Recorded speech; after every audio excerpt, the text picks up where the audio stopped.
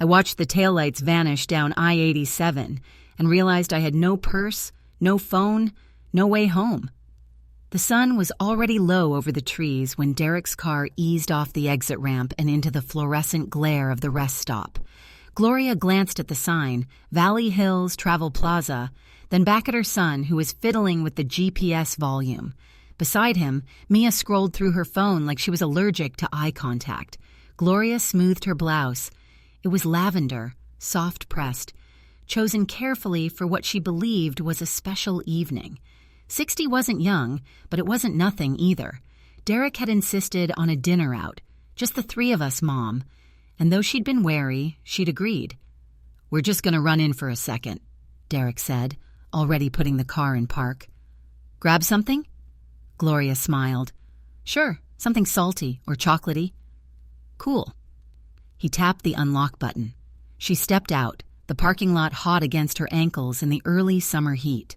She made her way inside, scanning for trail mix or those honey-covered peanuts Derek used to love as a boy. It wasn't a big plaza, just vending machines, a small food counter, and racks of overpriced snacks. When she stepped back outside, chips in hand, the car was gone. At first she assumed he'd circled around, maybe pulled up to the side. She turned, shielding her eyes against the sun. Nothing. Then she walked to where the car had been, the faded white parking line, a crushed soda can. Still no car. She waited a minute, then 3, then 7. A breeze kicked up her hair. Her purse was still in the car, so was her phone, her house key, everything. The sun slid lower. She walked inside, asked the cashier if he'd seen a silver Toyota Camry. "My son's car. He was just here." The man gave her a vague shrug. "Cars come and go all day." She walked back outside, stood near the vending machines. "Tain't. Il no car." Her smile faded slowly, like fabric left in sunlight too long. By the time an hour passed, the rest stop began to clear. Another hour, and the lights inside dimmed. Gloria sat on the bench beside the trash can, her hands trembling slightly. Panic doesn't arrive like a thunderclap. It seeps in, replacing reason one heartbeat at a time. Her legs began to ache. Her throat dried. The world tilted. He wouldn't do this. He couldn't. But he had. A pickup truck rumbled up just after 9. The driver, a middle-aged man with kind eyes and a gentle lisp, noticed her curled up on the bench. "You all right, ma'am?" Gloria blinked. "I think I've been left." He drove her home. Didn't ask too many questions, just let the silence fill the cab between them, the radio playing softly under his breath. When they pulled up to her street, the house sat in darkness. No porch light, no Derek, no Mia. He didn't just forget her. He left her. Gloria fumbled with the spare key under the planter, her hand shaking so badly it took 3 tries to get the door open. She stepped into the cold quiet of her hallway and leaned against the wall. Everything smelled normal, lemon cleaner and old wood, but the air felt wrong, hollow. She sat on the edge of the couch. Didn't cry. Not yet. Her landline was still connected. She stared at it. But who would she even call?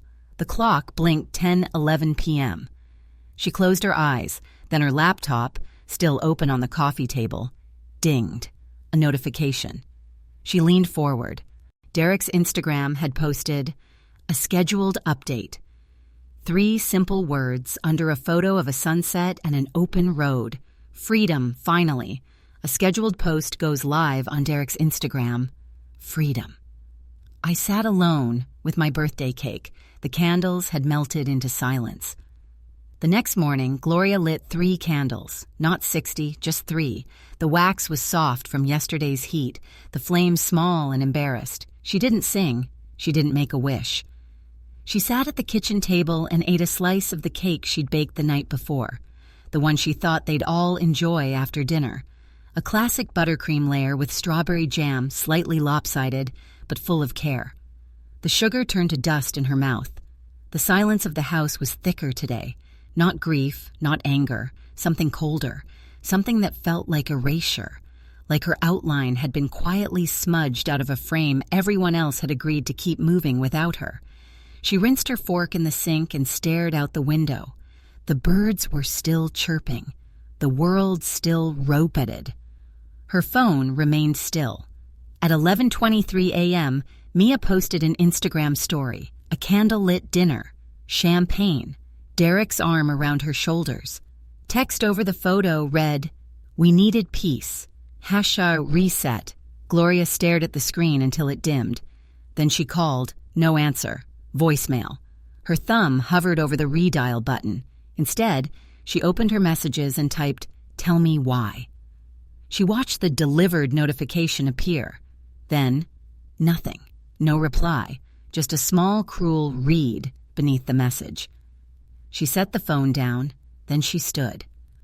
Moved slowly through the living room, past the spot on the shelf where Derek's baby shoes still sat in a shadow box, past the hutch with the wedding china she had never used, into the hallway closet. Behind a stack of mismatched linens and a dusty wreath was a small gray lockbox inside. She hadn't opened it in years. She carried it to the kitchen counter and paused. Then she turned the key. The hinges creaked faintly. Inside, paperwork. Folders marked with labels in her neat, round handwriting. Mortgage, will, Derek, college, emergency. She thumbed through them until a familiar document slid forward. The deed transfer from 10 years ago, when she'd added Derek's name to the title just in case. Back then, it felt like a kindness. Another folder. Trust. Education. Her late husband's insurance money set aside after the funeral. Gloria had managed it quietly, carefully, keeping Derek in school even when the economy cratered. She traced her finger over his signature. How small and looping it still was at 19. A knock at the door. She startled, then opened it. Carla stood there, her old friend from work, now a lawyer in town. Tall, sharp, red lipstick, even at 9 a.m. "I saw his post," she said without preamble. "And yours. Mind if I come in?" Gloria stepped aside. Carla clocked the cake, the dishes, the lockbox. She sat without asking. "You okay?" Gloria shook her head. "I don't think I'm supposed to be." They sat for a long moment. Then Carla leaned forward. "You don't have to be erased quietly." Gloria blinked. "I mean it," Carla said. "Whatever they're trying to do, financially, emotionally, legally, you have power, but only if you decide to use it." Gloria didn't respond. Instead, she got up, put on the kettle. The rhythm of making tea gave her something to do with her shaking hands. Carla waited. When the cups were poured, Gloria returned to the lockbox. She lifted the deed, held it up to the light. The truth was plain. Her name was still primary. Derek's was secondary, contingent. But she knew how quickly secondary could become everything if you weren't watching. She turned to Carla. "I want to know exactly what I gave away," Gloria said. "And how to get it back," Carla smiled. "Now you're speaking my language." Outside, a wind picked up. Somewhere in the trees, a crow shrieked. Inside the lockbox, buried beneath the deed, was the original trust document. Gloria pulled it free. Taped to the inside cover was a note in her own handwriting, dated 14 years earlier, for Derek. Because he'll need this someday. She stared at it, then folded it slowly. Inside, Derek's deed transfer papers and college trust documents. "He left me in the middle of nowhere, but forgot I signed his somewhere." Gloria sat at the dining table, a mug of now cold tea beside her elbow, a legal pad in front of her, and the open lockbox like a silent confession between them. Carla stood by the window, flipping through Derek's college trust file, her brow tightening line by line. "This wasn't just a token account," Carla muttered. "It's still active, fully funded." Gloria nodded. "I kept adding to it every year, birthdays, holidays, tax returns." Carla looked at her. "You know you're still the trustee?" "I know," Gloria said. "I checked the papers last night." She reached for another file, one marked Property, Winter 2014. "This house," she said, "he was unemployed when we bought it. He told everyone he saved for it, but the deposit, that was my pension rollover." Carla's eyes sharpened. "Let me see." Gloria handed over the folder. Carla scanned the notarized pages, her fingers tapping absently against the page. "This isn't a joint mortgage," she said. "It's in your name. He cohabitated. He didn't co-own." Gloria nodded slowly. The words felt both heavy and strange, like they belonged to someone who had planned revenge, not a woman who had simply never removed her own signature from a form. Carla snapped the folder closed. "If you want to sell it, you can. If he's living there, he's there on your goodwill, not his right." Gloria didn't speak for a moment. Then, "I'm not ready. Not yet." Carla's gaze softened. "Then let's understand it all first." Later that afternoon, Gloria sat with her laptop open, fingers hovering over the keyboard. Her breath came slowly, controlled. She searched for the email directory of Ridgewell University's faculty, found the name she remembered, Dr. Emerson, a history professor who used to send holiday notes and reading recommendations to her during Derek's undergrad years. She sent a polite inquiry, couching her worry in vague terms. The reply came back in under an hour. "Dear Ms. Roth, I'm sorry to hear of your concern. Derek hasn't been enrolled here since the spring session. I assumed he had informed you. I hope everything is well. Dr. A. Emerson." Gloria read it 3 times, then once aloud. "Not enrolled. Weeks ago." She stood abruptly, crossed the room, and pulled her coat from the back of the chair. "I need to see it," she said to no one. The drive to the house, his house, was 45 minutes. Long enough for questions to gather like storm clouds. What was he living on? Where was he getting money? And why had he walked away from the one person who'd made sure he had options? The street was quiet when she arrived. Well-kept lawns, wind chimes, a few recycling bins tipped lazily near curbs. Gloria parked at the end of the block and walked. The house looked unchanged. Her mother's wind chime still hung by the eaves. The porch light she'd picked out 2 years ago flickered faintly under the cloudy afternoon. Then she noticed the keypad on the front door, new. She frowned, walked closer. On the porch table, under a potted fern, sat a laminated welcome card, and she leaned in. "Welcome to your quiet escape. Please remove shoes and enjoy the serenity. Wi-Fi info on the fridge. Derek Maya." Gloria blinked. She stepped back, pulled out her phone, opened Airbnb. 4.8 stars. Great little getaway. Clean, peaceful, perfect for couples. Her mouth went dry. She scrolled further. Calendar. Booked through next month. She stood there, the chill crawling up her spine despite the late sun. He hadn't just left her at a rest stop. He'd rented out the house she had bought, while smiling for filtered selfies and hashtags about peace. Gloria closed the app, pocketed her phone. Then she turned slowly and walked back to her car. No tears, not this time, just calculation, and a very clear understanding of who had written the check and who now held the pen. Gloria visits the house and finds it listed on Airbnb. My family home was now a themed rental called Midnight Escape. The listing was bright, too bright. Gloria sat at her kitchen table, laptop open, scrolling slowly through the photos of what used to be her home. Each image looked familiar and foreign, like someone had taken the bones of her life and dressed them up in boutique linens and filtered light. They'd called it the Midnight Escape. The living room, once filled with framed family photos, needlepoint pillows, and the soft sag of lived-in furniture, was now a curated palette of navy and gold. The rug had been changed, the old armchair gone. Even the curtains were different, sleeker, colder. She clicked through the bedrooms.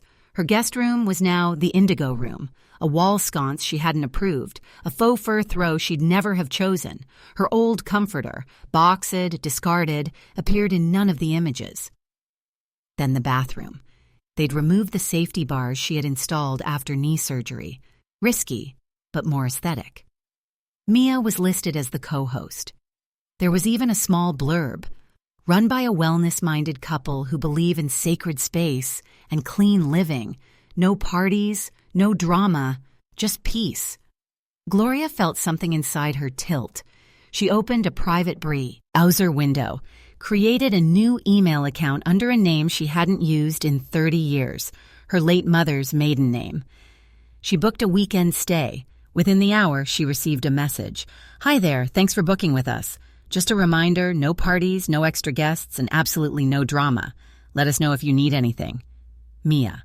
Gloria stared at the message. Her thumb hovered over the reply button. She typed one word, understood. When Saturday came, she parked a block away and walked up to the house under a hat and oversized sunglasses. Her hair pulled back tight. No lipstick. She entered the keypad code from her check-in email. The door beeped, clicked. She stepped into her own hallway. It didn't smell like her anymore. A faint lavender diffuser was tucked into the corner where her umbrella stand used to be. The floors gleamed unnaturally. A decorative bowl sat on the entryway table filled with white stones and a card that read, "You are safe here." Gloria moved quietly through the house, taking mental inventory. Everything personal had been scrubbed. The kitchen was staged. Matching utensils, a single set of dishes, no chipped mugs, no calendar on the fridge. Her recipe cards were gone. But the drawers hadn't changed. In the hallway cabinet, the one with the sticky hinge, she found a stack of folders tucked behind a false drawer liner. Her name stared back at her. She flipped them open. A blank lease agreement with her name typed in. No signature, but a date typed where a signature should be. Behind it, a grant application for small business funding. The attached documents included a scanned deed, hers, a signature at the bottom, not hers, not even close. The G was looped incorrectly. The R in Roth, broken, rushed. She took photos of every page, front, back, envelope. Then she left. No note, no message, just silence. Carla sat on her porch the next morning with a black coffee and a legal pad. Gloria laid out the documents. Carla flipped through them in order. When she got to the lease, she let out a low whistle. "Not even a good forgery," she muttered. "They didn't just borrow your name, they tried to reassign it." She held up the grant application. "You know what this is, right? They were applying for funding using your house as leverage. If this had gone through, you'd be legally responsible for every dime they failed to pay back." Gloria didn't blink. She stared out across the street where the neighbor's wind chime caught in a late morning breeze. Then she turned back, her voice even. "Then, we're done being polite." She stood, smoothed the front of her shirt, and for the first time since that highway rest stop, her spine straightened like someone who remembered she owned the road. Gloria whispers, "Then we're done being polite. I didn't raise a monster, but I allowed one to grow." Gloria didn't rage. She didn't scream. She made a checklist. By 9 a.m. Monday, she was seated at her dining table with a landline in one hand and her mortgage folder in the other. Her fingers didn't tremble when she called the bank. She'd already rehearsed every word. "Yes, I'm the primary on the deed. No one else has co-signing authority. I need all automatic withdrawals paused immediately." The representative hesitated. Gloria didn't. "My identity's been used without consent. You can flag it as fraud, or I'll come in with legal counsel." That changed the tone. Within 15 minutes, every bill attached to the property had been frozen. Utilities, landscaping, pest control, even the fancy digital lock subscription Mia had installed to automate check-ins. Gone. Gloria moved next. She printed copies of the forged lease and the grant application and slid them into an envelope addressed to Carla. Then she called the vendors directly. 2 cleaning companies, a furniture rental service, and a garbage collection group. "I'm terminating all access," she said calmly. "The NENA's AME on file is invalid. This property is not available for service under their authorization." They didn't argue. Fraud has a chilling efficiency when it's spoken with confidence. By noon, Carla had sent a cease and desist letter to both Mia and Derek. Formal language, sharp edges, legal citations that would make even a bold manipulator flinch. It was the text that arrived after lunch that caught Gloria off guard, from Derek. No greeting, no apology. Just, "Why are you ruining everything?" Gloria stared at it for exactly 4 seconds before typing back. "Your mistake was thinking I wouldn't." She didn't wait for a reply. Didn't need one. An hour later, she refreshed the Airbnb listing. Gone. No midnight escape, no Mia Derek, no glowing reviews, just a 404 error page and the sterile apology of a platform trying to erase someone else's truth. She felt nothing. Not joy, not relief, just clarity. But the universe always leaves breadcrumbs. That evening, as Gloria watered her ferns by the front window, her phone buzzed again. This time it was Mia. A cryptic Instagram story, tagged only to a close friends list. A blurry photo of a locked gate. A quote in glittery cursive. "Some people sabotage because they're afraid of being forgotten." Gloria chuckled once. A dry, humorless sound. She'd spent most of her adult life afraid of disappearing. Now she was feared for being remembered. By dusk, the neighborhood was quiet. A dog barked 2 houses down. Someone's wind chime trilled in the shifting air.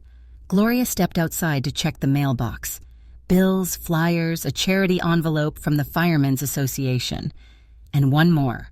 A thick white envelope. Her name in block letters. The return address was the rental property, her own house. She opened it on the porch. The amber porch light catching the ink as she unfolded the letter. Eviction notice. Issued under City Code 11123B. Resident has failed to comply with rental terms. Gloria stared at the page. Mia had filed a notice. To evict her from the house Gloria owned.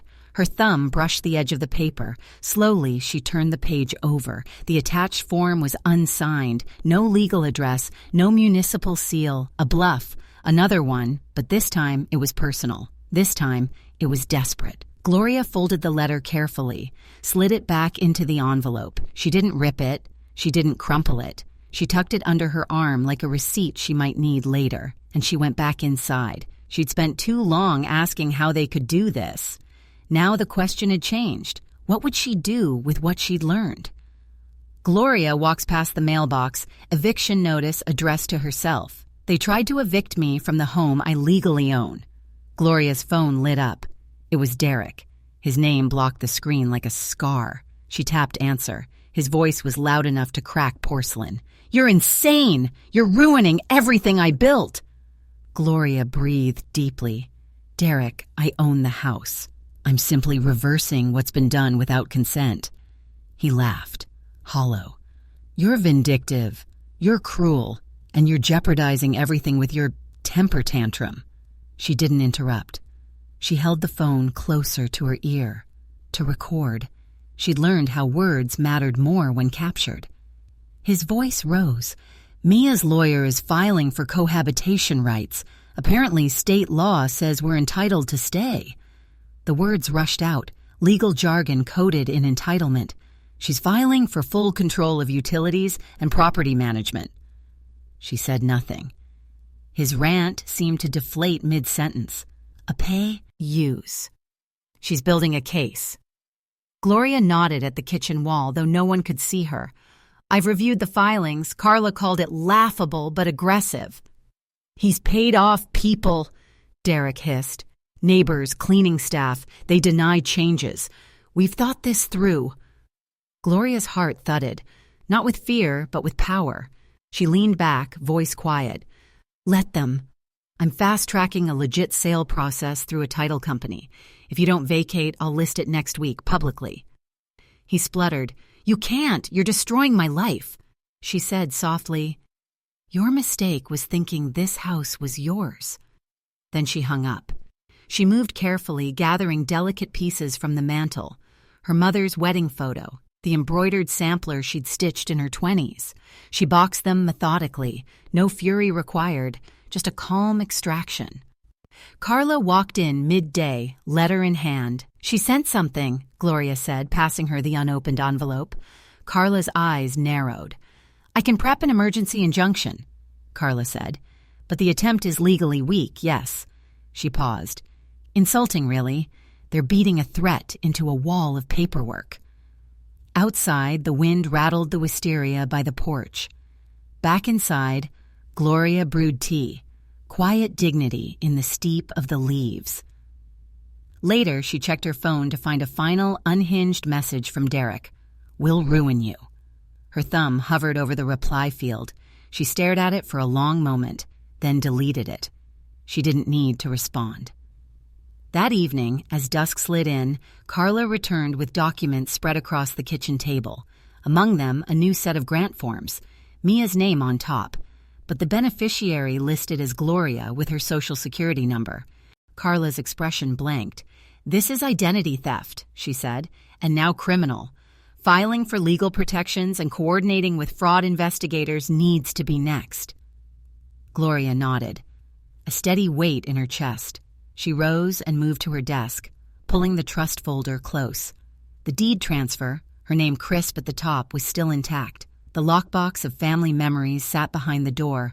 Unscathed, she thought about Derek's threats, about the home they'd tried to rent out, about the erasure she'd witnessed.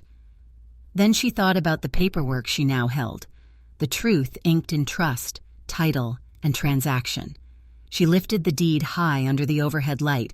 "I didn't raise a monster," she whispered, "but I allowed one to grow." Carla met her gaze. "Now we prune." Gloria exhaled. For the first time in days, she felt the shape of control molding itself around her. Outside, the cicadas began their evening song. Inside, the house hummed not with threat, but with presence. Gloria closed the file, collected the papers, and slid the deed into her purse. She walked past her mailbox again, rooted but not rooted in fear, and as she slipped through the front door, her spine felt steel set. Carla finds out. Mia applied for a loan using Gloria's social security number. She didn't just want my house, she wanted to wear my skin. Gloria awakened early to a single chime from her phone. It was Carla texting, "Meet me at the police station, 9 a.m. sharp." She dressed carefully.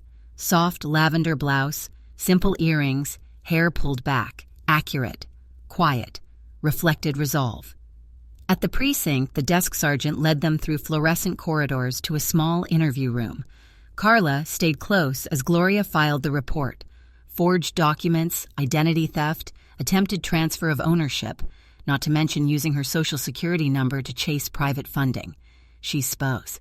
Key clearly, chronologically, pausing only once when the sergeant offered her tissues. By noon, a criminal case number was assigned. Her name entered the system, not as a victim, but as someone who refused erasure. Carla drove her home afterward. They stepped into the living room where envelopes sat untouched on the coffee table, each stamped with urgent, fraud alert notices from her bank and credit bureaus. "I've activated an asset lockdown," Carla said. "Credit freeze nationwide. Pins reset.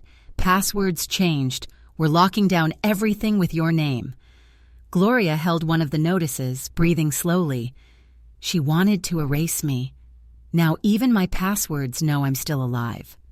That evening, she sat at her desk, replacing old login credentials, mailing change of address forms, even ordering new government IDs. Her identity became fortified, not hidden. Her phone buzzed. Mia's name. An unread email subject, "Let's talk like women." Gloria paused before opening it, then double-clicked. It was polite, even gentle. Mia described shared plans, future opportunities, hopes for reconciliation. When Gloria read it aloud to Carla, her voice didn't waver. "Let's meet. Sit and talk." Carla nodded. "Record it. Public space. Witness." The morning after, Gloria allowed Mia to choose the cafe. The place was bright, midday sun layered with potted plants and coffee aroma. Gloria wore a buttoned cardigan and carried a discreet voice recorder in her pocket. Carla waited 2 tables away, out of view but ready. Mia arrived, calm, smooth, waxed eyebrows raised in practiced sympathy. "Gloria, I never meant for this to spin out like this," she said. "We were just building a future." Gloria nodded. A future built on forged signatures, unauthorized filings, identity theft. Mia's mouth tightened. Gloria sipped her tea. Let the hum of other customers fill the space. Mia continued. "Death Cindy, I was afraid you'd be too emotional. I thought if things were under my control, we'd be safer. Together." Gloria leaned forward.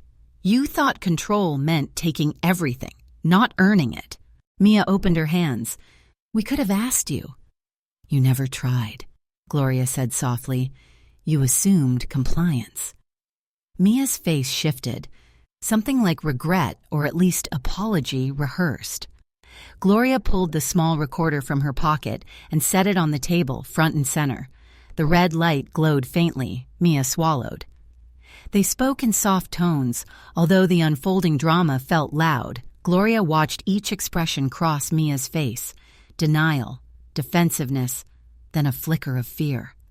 After 30 minutes, Mia excused herself, said she had errands. Gloria stayed. Carla emerged from behind a pillar and approached. Gloria stood and handed Carla the recorder discreetly. Carla pressed stop. Mia was gone before either of them spoke again. Back in her own kitchen, Gloria downloaded the recording, saved it under accountability. Carla looked on. "You were polite," Carla said. "Firm, documented." Gloria nodded, reaching for her coat. Before she left, she noticed something, emailed to her earlier that day. A photo. Mia standing in front of a "For Sale by Owner" sign planted in the yard of Gloria's house, that same yard they'd tried to rent. But the timestamp was dated 2 weeks before Mia ever sent the lease papers, before Gloria knew what was happening. The photo's metadata glowed in the corner of the screen. Gloria's breath caught. Carla read over her shoulder. She whispered, quiet and terrible. She was planning this before she even asked for permission. Gloria closed her eyes, then lifted her head. She set her jaw. "Then we're done being polite." Gloria pulls out a photo. Mia in front of a "For Sale by Owner" sign, before she even tried asking. "She painted me bitter online, but my lawyer painted her criminal in court." Gloria sat at the desk beneath her grandfather's lamp, phone in one hand, laptop open before her. The cursor blinked like a ticking clock while she screenshotted Instagram story after story. Mia had gone theatrical. The latest post was a close-up selfie, mascara smudged, lips trembling in carefully angled grief. Caption: "It's hard when the people you tried to love try to destroy you instead." #toxic parents. Healing my way. The comments section was a cascade of hearts, condolences, and one particularly aggressive. "She's probably just jealous of your success." Gloria didn't flinch. Instead, she saved the post, dated it, compiled it into a file labeled Digital Defamation. By the end of the night, the folder held 59 screenshots, Mia's self-pitying captions, cropped photos of Gloria's home, and comments full of veiled accusations. The next morning, Carla arrived with a legal pad and dark circles under her eyes. "She's soft-launching a defense," she said, "emotional warfare online. But we respond in paper and proof." They drafted the pre-litigation letter together. Tight language, no wasted syllables. Cease and desist. Ongoing fraud investigation. Defamatory intent. Carla's tone was surgical. Gloria nodded through every word. Her hands stayed steady. Before Carla left, Gloria asked for one more favor. "Do you have David's number?" Carla blinked. "Your ex?" Gloria nodded. "He hasn't spoken to Derek in years, but if this goes further, he deserves a heads up." Carla found the contact. Gloria made the call that evening, short and civil. David's voice was deeper than she remembered. He was quiet for a long beat when she finished explaining. "So he's turned on you," he said. "Didn't think he'd go that far." Gloria didn't reply. "I'll call him," David said finally. "He won't like it, but someone needs to hold a mirror up." The next day, Mia posted a video. Tear-streaked cheeks, soft lighting, the piano soundtrack looping gently beneath her monologue. "I just wanted to build a safe home," she sniffled, "but my boyfriend's mother, she's been threatening us, harassing us. It's terrifying. I don't know what to do anymore." It hit 200,000 views in the 24 hours. But traction is a tricky thing, because someone recognized the front door in the background. Someone else remembered the Airbnb listing. Then came the Reddit thread, then the side-by-side screenshots. Mia's tears versus the lease forgery. Mia's safe home versus the recorded conversation. By the third day, Gloria's inbox started to shift. From, "You monster," to, "Is this really what happened?" to, I'm so sorry. I believed her at first. Carla called at noon. It's starting. Gloria stared at her laptop, still open on the kitchen table. She'd never posted a word herself. She didn't need to. The truth was leaking. Soft, steady, relentless. That afternoon, while returning from the post office, she passed the coffee shop she and Mia had met in. A young woman stood outside with a press badge pinned to her coat. Mrs. Roth? Gloria paused. The woman offered a gentle smile. I'm from the Ledger. We've been following the Mia Wyatt story. A lot of things don't add up. Would you be willing to tell your side? Gloria didn't answer. Not right away. But she looked at the woman's notebook, then at her own hands, still, capable, ready. Gloria is approached by a journalist. Would you like to tell your side? They silenced me once. I answered with a signature. The room was small, sunlit, and smelled faintly of roasted beans and ink. A quiet cafe corner tucked away from the street. Gloria sat across her. I'm the journalist, a woman young enough to be her daughter, with a voice soft but trained. The recorder on the table clicked once. Ready when you are. Gloria smoothed the hem of her sweater, then folded her hands. I'm not here for revenge, she began. I'm here because someone tried to rewrite me out of my own life, and I refused to vanish. She didn't cry. She didn't raise her voice. She told the story plainly. Rest stop to rental listing, legal documents to digital theft. No names at first, just actions, patterns, consequences. The journalist listened with wide, stunned eyes, only interrupting once to ask, You documented all of this? Gloria reached into her tote and laid down a slim flash drive. Every file, every recording, every screenshot. Later that week, the story went live under the headline, Abandoned, Framed, and Erased, One Woman's Battle to Be Believed. The photo was stark. Gloria's hands folded over a stack of papers, her face barely visible. No makeup, no smile, just presence. Within hours, her inbox swelled. This happened to me, too. My daughter's boyfriend stole my identity. You're the first person I've seen who didn't back down. Women, dozens, some older, some not, some with sons, others with sisters or in-laws or ex-spouses. All of them knew what it meant to be called difficult when they were only protecting themselves. Gloria read each one. She didn't reply to all, but she read them. She saved them. By Friday, Carla filed a formal motion to reclaim all misused rent and grant income derived from the house. They made you the funding source for their fantasy, she said, tapping the folder on Gloria's table. Let's invoice their delusion. That afternoon, Derek messaged again. This time, longer. You're humiliating me. Everyone at work saw that article. Mia's crying every night. You've ruined what little chance I had to make things right. Gloria read it twice, then replied with 3 words. You did that. She hit send. No punctuation, no flourish, just fact. Later that night, Carla came over with 2 lattes and a tight smile. Twist, she said, dropping onto the couch. Their lawyer quietly filed a preliminary suit last week. Derek's claiming you abandoned him at the rest stop. Emotional distress, negligent exposure, a whole narrative. Gloria stared. They're building a case, Carla continued, that you left your own son without resources or transportation as a pattern of long-term parental neglect. Gloria blinked, then let out a small, breathy laugh. Not amused, just stunned. Carla added, It's weak. It won't hold. But they're serious. They'll use anything. Gloria stood and walked to the drawer where her old receipts lived. She pulled out the envelope labeled Valley Hills, June. From it, she took a small USB. Rest stop footage, she said quietly. I requested it after the first night. Security camera shows me stepping out with cash and returning with snacks. Shows them driving off, time-stamped, clear. Carla took the drive, eyes wide. You've had this the whole time? Gloria smiled faintly. Just in case. Carla grinned, full of teeth.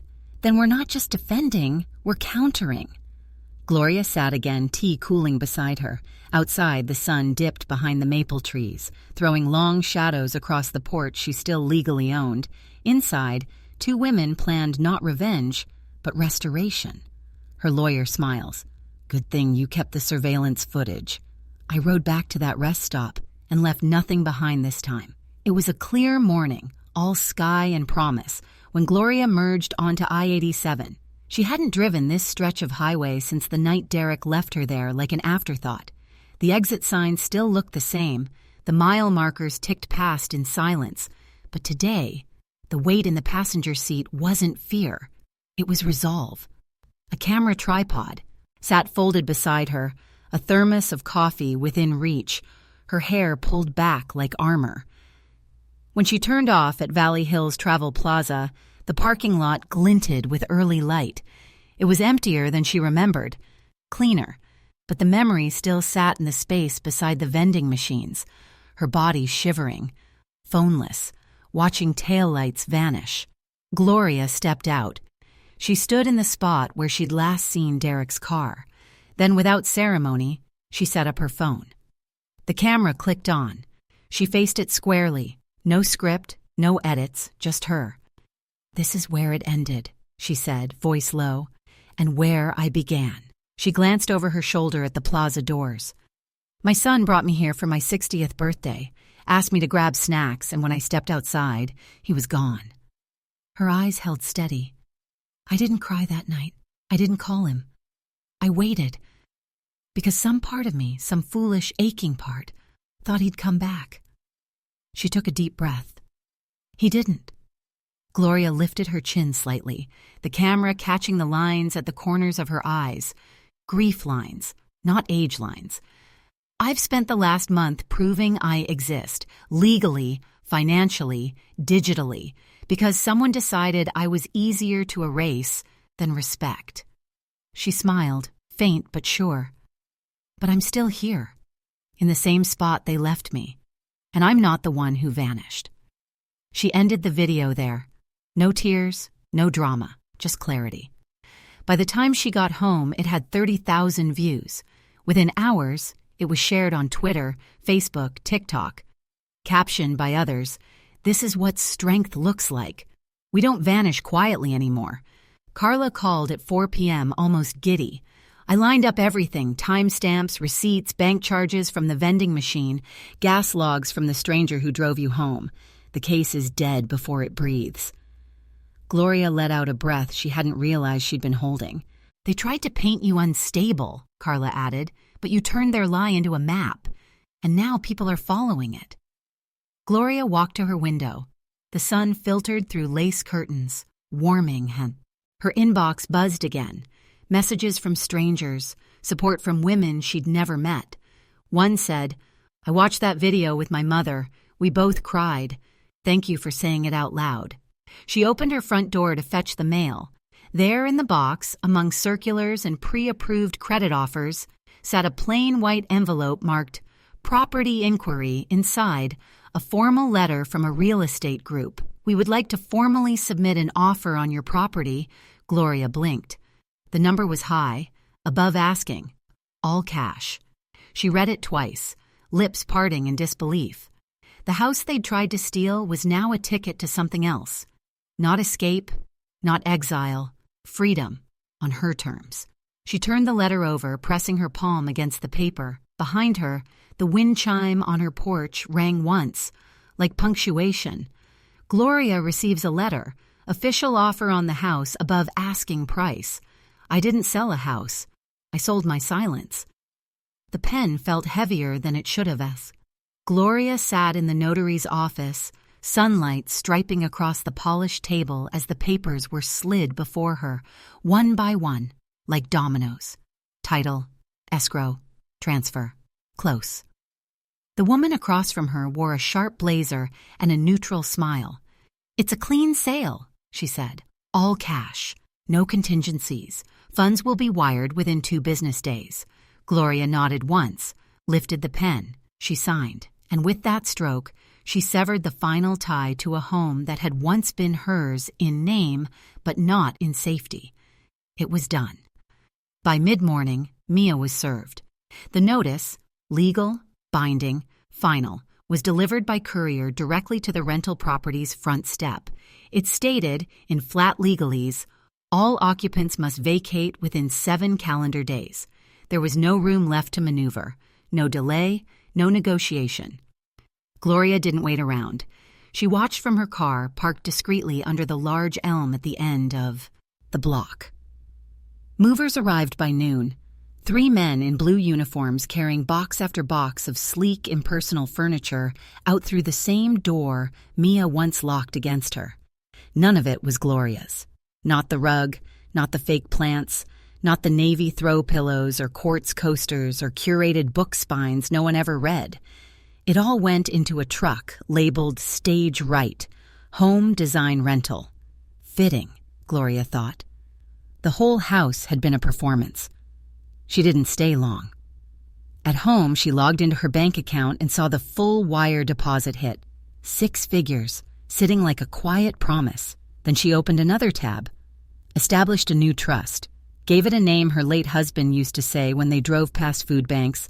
Everyone deserves a chair at the table. That's what she called it. A charitable reserve, focused on housing grants for displaced older women. All of the money went in, every last cent. No headlines, no tax game, just legacy. When Carla arrived later with coffee and final paperwork, Gloria handed her the Roth Education Trust folder. I want it dissolved, she said, but the funds, put them into escrow, settlement reserve. Carla raised an eyebrow. You're negotiating before they even apologize? Gloria smiled, dry. I'm not waiting for a sorry that won't come. I'm preparing for the lawsuit they think they can still afford. The front door buzzed. Gloria didn't move, but her phone lit up, Derek.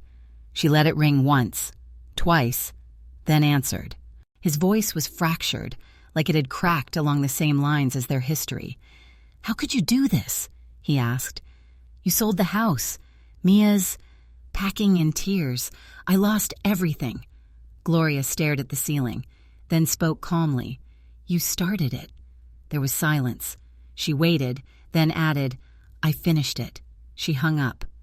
The world outside continued without interruption. A delivery van idled at the curb. Someone's dog barked 3 houses down. She leaned back in her chair, pressed her fingertips together. The house was gone. The weight had lifted. The silence that followed wasn't empty. It was earned. Gloria says, You started it. I finished it. I changed the locks. Not just on doors, but on access to me. The new condo sat on the far edge of Lake Mercer. Quiet, clean, nothing extravagant, but with wide windows and floors that didn't creak. The kind of place where silence didn't echo. It settled. Gloria stood in the entryway with the keys still warm in her hand. The realtor had offered a handshake and a hopeful smile before leaving. Gloria offered only a nod. She wasn't in the mood for promises. She turned the lock behind her with a deliberate click. For the first time in months, the sound meant safety. The place came unfurnished, just as she wanted. No ghosts baked into someone else's cushions. No memories stitched into curtains. Just sunlight across floorboards and space to decide again. The movers had brought only 6 boxes. She unpacked slowly. A tea kettle, 2 blue plates, her grandmother's quilt, books she'd chosen, not inherited, and 1 small box marked in her own handwriting, Derek, before. She left it unopened at first. Later, Nora arrived, arms full of wine and figs and a bouquet that didn't match but somehow still worked. Look at you, she said, sweeping into the living room. New walls, new locks, new you. Gloria chuckled. Same me, just uninvited some people. Nora looked around. You seem lighter. Gloria poured tea. It's because I am. They sat on the floor, cross-legged, sipping slowly. When Nora left, Gloria returned to the box, lifted the lid. Inside, a dozen letters, all written in Derek's childlike scrawl, one with a drawing of a rocket, another a birthday card covered in glitter and crayon. They smelled faintly of time. She read each one slowly, tears rising without panic, not regret, release. A quiet goodbye to the idea of who he might have stayed. She folded the letters neatly, tied them with a ribbon, and tucked them into the drawer beneath her new nightstand. Later that evening, she recorded a new voicemail greeting. "This is Gloria Roth. If this is family, please leave respect first. If you don't have that, leave nothing at all." She saved it, played it back once, smiled. The sky outside went soft with dusk. She sat on her small balcony with chamomile tea and let the hush of water meeting shore fill the gaps inside her that revenge never could. The phone buzzed once. Carla. She answered. "They want to talk," Carla said. Gloria straightened. "Who?" Carla's voice was dry. "All three. Derek, Mia, and David." Gloria didn't reply right away. She looked out at the lake, where a single loon floated under a lilac sky. "They say why?" Carla paused. "Derek says for closure. Mia says to explain. David didn't say much, just that he'd be there." Gloria ran a finger along the rim of her mug. She closed her eyes. When she opened them again, they didn't tremble. "Let me think," she said. But in her bones, the answer was already forming. Carla calls. "They want to talk. All three of them." 3 mouths said sorry. None of them meant the same thing. The cafe Gloria chose was tucked between a florist and a violin repair shop. No press, no grand entrances. Just 4 chairs around a reclaimed wood table and a view of the street. Life moving on whether anyone healed or not. She arrived early, sat with her back to the wall where no one could startle her from behind. Carla waited nearby, not at the table, not in the way, just close enough. They came in together, Derek looking older in a way stress ages men young, jaw tight, eyes haunted. Mia, polished as ever, minimalist gold earrings, an apology smile too glossy to hold weight. David walked behind them, hands in pockets as though unsure if this was a reunion or sentencing. Gloria didn't stand. She nodded once. Derek hesitated, then sat. Mia moved quickly into the seat across from Gloria, like someone diving into a role. "I want to begin," she said, "by saying how truly sorry I am. For everything. For the confusion, for the misunderstanding, for the pain this has clearly caused." Gloria raised a hand gently, cutting through the performance. "This isn't a press conference, Mia. You're not on camera now." Mia blinked, her lips parted, then shut again. David cleared his throat. "Gloria, I don't know what to say other than I should have shown up sooner. I didn't know things had gotten so—" He stopped, swallowed. "So ugly." Gloria looked at him, then at Derek. "Your absence wasn't the sharpest wound," she said, "but it left its mark." David looked away. The cafe was quiet. Someone behind the counter frothed milk. A bell jingled as another customer left. Finally, Derek spoke. "I thought you'd always forgive me." Gloria stared at him. Her son, the boy who once drew her rockets and now stole the launch pad out from under her. "That," she said quietly, "is what got you here." He didn't argue, didn't cry. He just sat, small in a way he hadn't been since he was 7 and afraid of thunderstorms. Mia reached for his hand, but he didn't take it. "I didn't come for reconciliation," Gloria said. "I came because you asked, and because I wanted you to see who I am, unburned, unburied, and unowned." No one replied. She finished her tea, then stood. David's eyes followed her. Mia looked confused, almost affronted. Derek looked like he wanted to reach across years and undo something, anything. "So," Mia ventured, lips curving upward, "is that it?" Gloria paused, turned slightly, and with a voice that held the weight of every unanswered message, every forged document, every dismissed truth, she said, "Closure isn't a gift I give. It's a door you build. After I'm gone." Gloria stands to leave. They ask, "So, is that it?" They expected grace. I offered clarity. Gloria didn't sit again. She let the weight of their question, "So, is that it?" hover between them like a glass on the edge of a table, waiting to fall. "No," she said softly. "Not quite. Derek looked up, the faintest flicker of hope sparking in the corners of his eyes. "This isn't punishment," Gloria continued. "It's proportion."